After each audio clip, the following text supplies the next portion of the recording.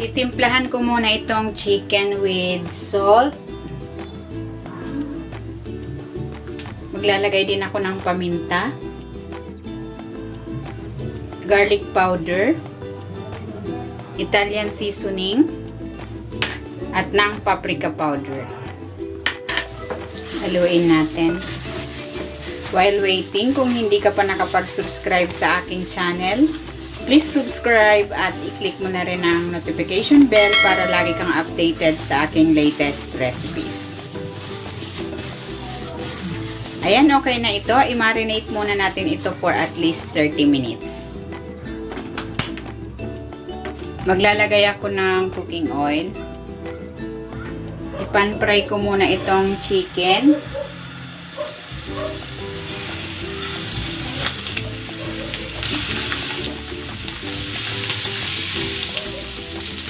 Ikta rin natin.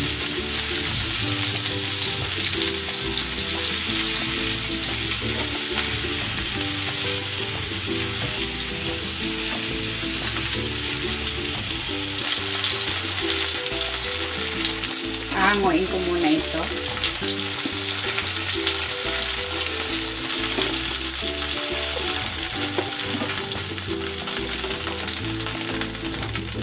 Magigisa na ako ng bawang.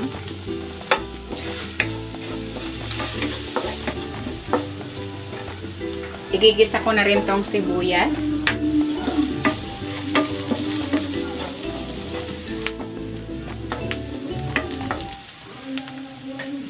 Ilalagay ko na tong tomato sauce.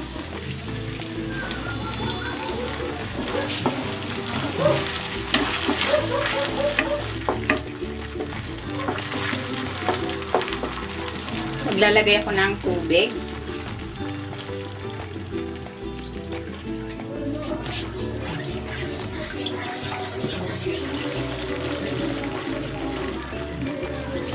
Titimplahan ko ito ng asin, paminta,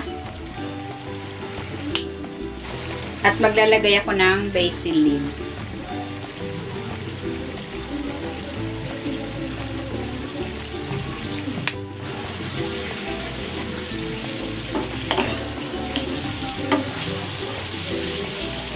And then, ibabalik ko na dito yung chicken.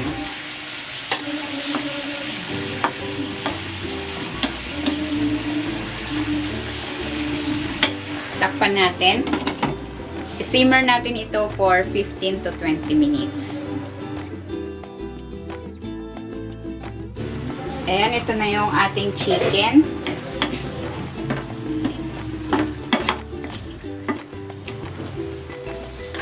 Ilalagay ko na itong bell pepper para mabango.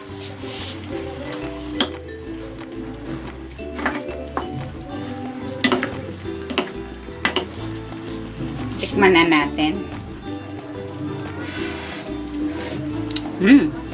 Sarap.